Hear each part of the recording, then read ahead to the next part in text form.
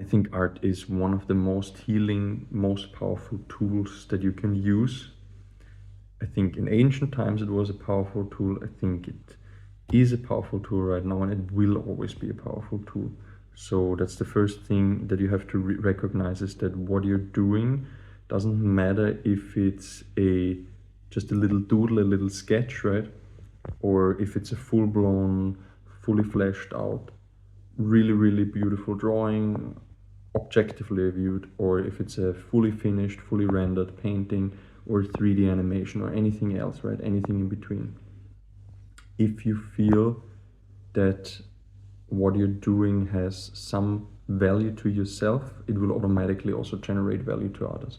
So that's an important point to keep in mind, because I think finding yourself again, or finding back to your true self through art, through creation, through creating, is largely or greatly tied in with how you actually view your art. Like, are you constantly criticizing it, right? I've definitely been there, definitely done that. If you would have just asked me a year ago, right, I would have mostly criticized, I would have mostly spoken unlovingly about my own art pieces and drawings and things like that, and then only later on recognized actually there's some value in it. And sometimes then I would walk past a drawing or look at it again and be like, okay, this is actually, there's some improvement. But independent of that, I think even comparing yourself to a past version of yourself is to some degree, or at some point in your journey, unhealthy. You can do it and you will automatically do it. Of course, I catch myself almost every week or every day, I would say, comparing myself to a past version of myself or an alternate version of myself in the future, and thinking, well, am I there? Am I where I want to be? And also, have I progressed since the last year or so? And I'm not referring even to art, but just life in general, right? Because what this ties into, this whole question of how you can find yourself through the creative process, or how you can find back to your true self, is largely connected with how do you view your life currently. Like, are you happy? Are you content? Are you fulfilled? All these things, they seem like fleeting emotions or fleeting sensations, right? What we really want, at least what I find personally, what I really want is peace, inner peace. And the older I get and the more the weeks and months pass, the more I realize, okay, that's actually the primary propellant for doing anything. Is like, you want this inner fulfillment, but with this inner fulfillment, this plane of just stillness, of peace. And independent of the noise outside, independent of the noise that your mind, that our thoughts, that our ego creates, right? I can definitely say, for me, especially the past couple of days, if not weeks, extremely loud noise up there. Like, the thoughts were absolutely crazy, absolutely bonkers. And if I would believe them, well, a lot of things would go wrong. But that's where you have to catch yourself, right? There's so many limiting beliefs within us. And what I find more and more, the more I create, or the longer I create, and the more I look back to what I already created, is that it's not about getting better. It's not about getting to some fixed imaginary endpoint, some arbitrary milestone, right? Like, oh, in 5 years I have to be at this level, or in 5 years I have to create, have to be in this position where I can look back and see, oh, I created, I don't know, 50 masterpieces or 50 pieces that I'm really, really proud of.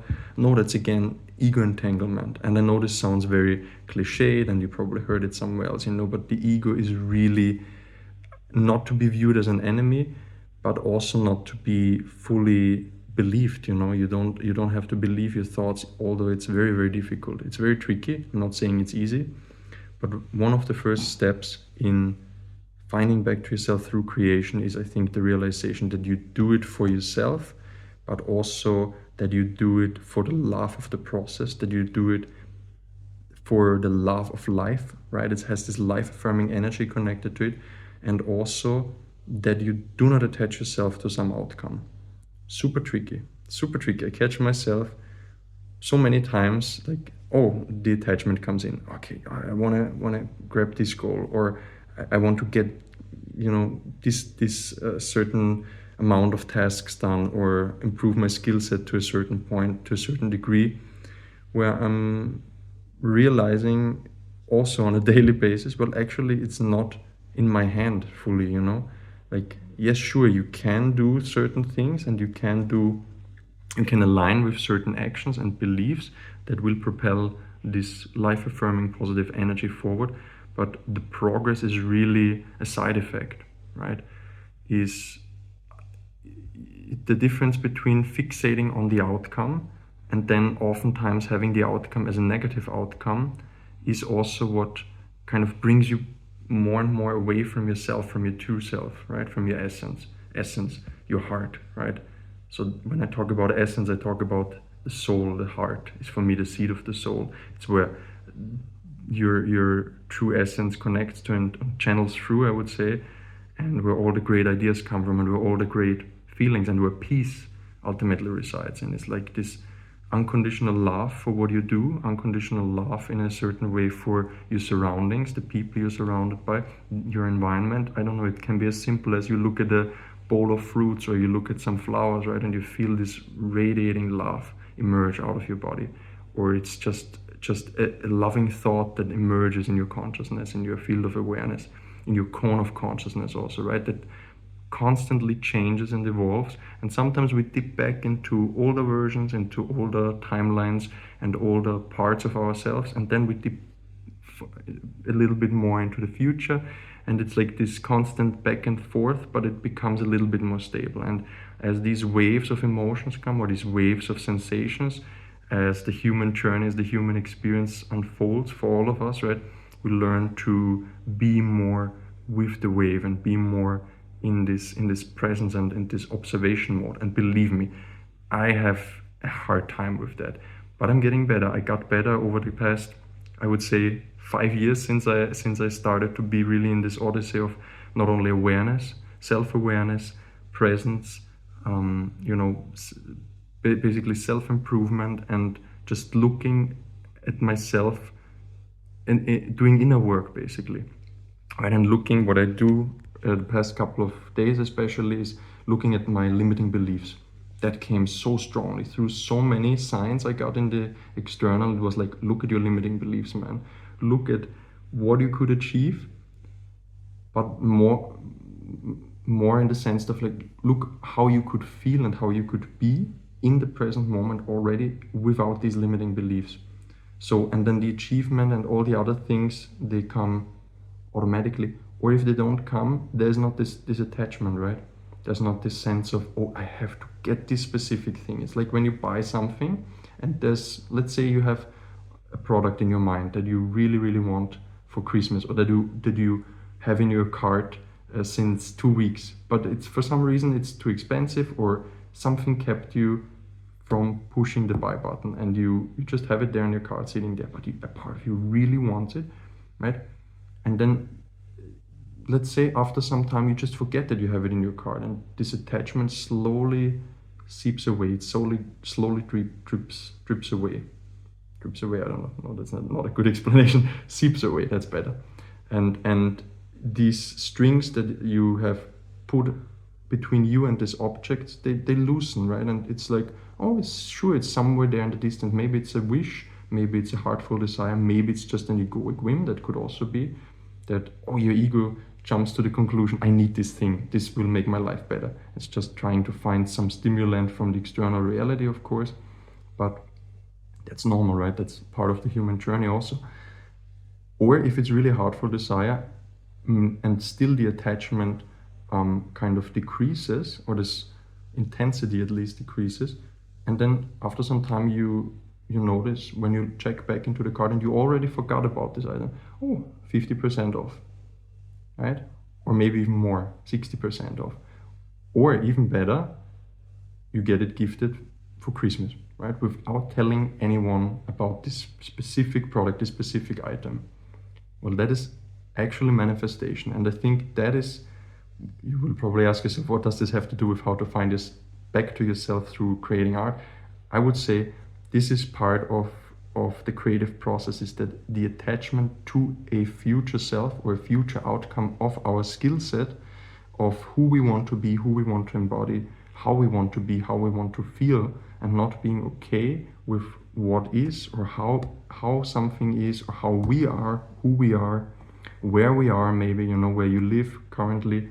All these things, all these attachments are kind of bringing you a little bit back away from your real self, from your essence, right? From your heart center. So how to get back to that is like practicing gratitude.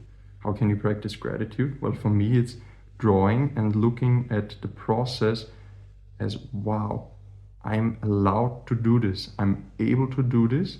Does not matter how the quality is, you know, in the end. It doesn't matter how it looks, doesn't matter how well the portrait is rendered. For instance, I'm working at this currently. I can show you. I don't know if you can see. Yeah. This is supposed to be a portrait of Jeff Goldblum, Wizard of Oz. He's playing the character, the main wizard basically of in Wicked. And I really just like this character, and I thought, okay, let's make a portrait out of it. And when starting it, I thought, okay, you know, I hope I get the likeness at least to some degree, at least 70% or 75% correct. And then I was like, oh, I hope, you know, I get the eyes aligned correctly. And all these thoughts, I hope. And what this basically shows you is this, I hope, just doesn't, again, I hope this doesn't disturb the noise, is with this hope, this feeling of hope, you attach this word should. It's unconsciously, it's basically a should. Oh, this should go a certain way. Because when you hope for a certain outcome, that's really what you're saying, right? This should be good. The quality should be amazing. The quality should be, I don't know, level 9 instead of level 5 from last time, the previous drawing practices that you had, for instance.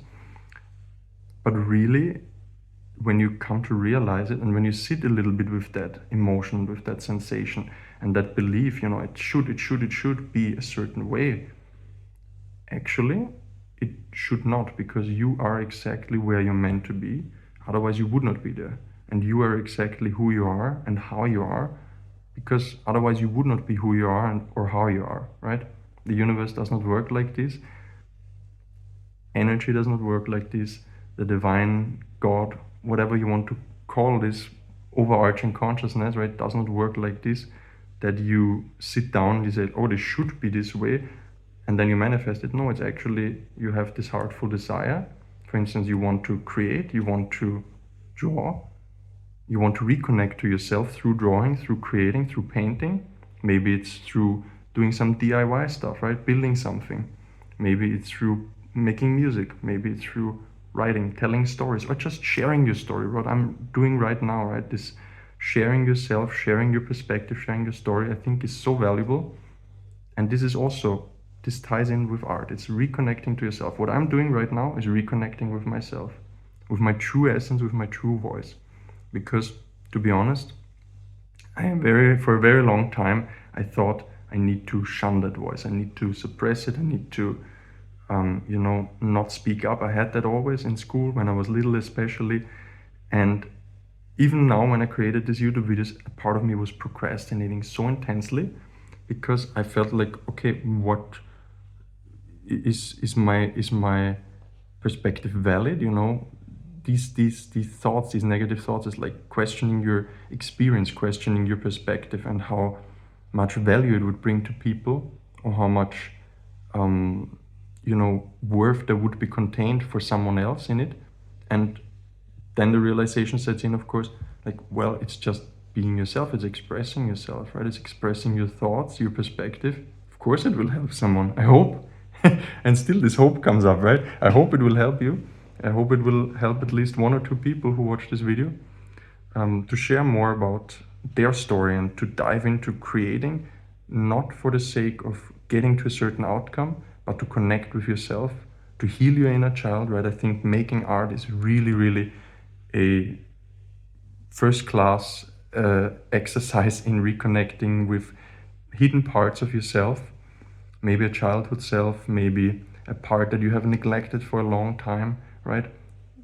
Creative expression is important, and then when you can couple it with life-affirming energies, with a life-affirming perspective, and with the knowing that you do it out of love and gratitude, and just for the sheer presence with the craft and with the art and with yourself, then all of a sudden the experience gets twice as good, 3 times as good.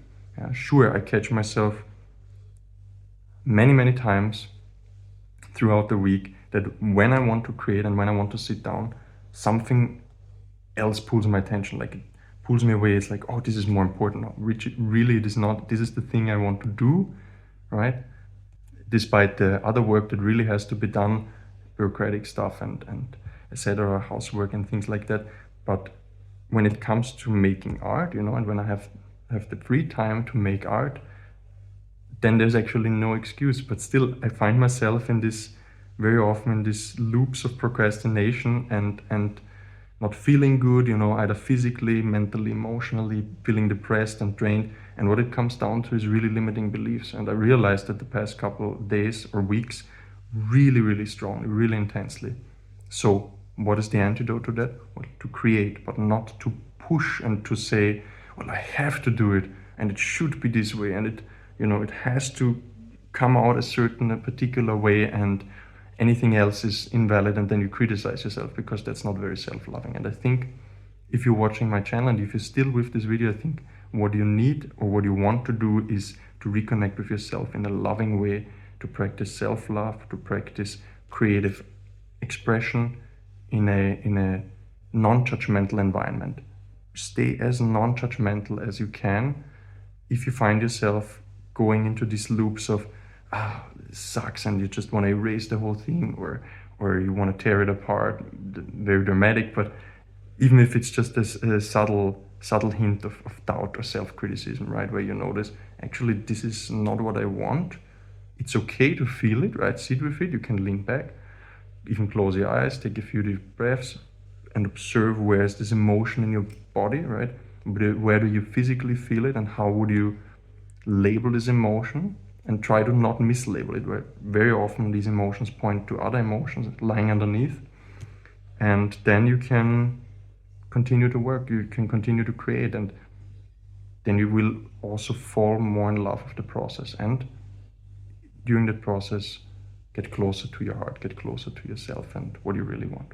So I just wanted to share this. I hope this helps someone. I hope it's not too rambling. Again, all these hopes, no hope. This will inspire someone. I send this out now.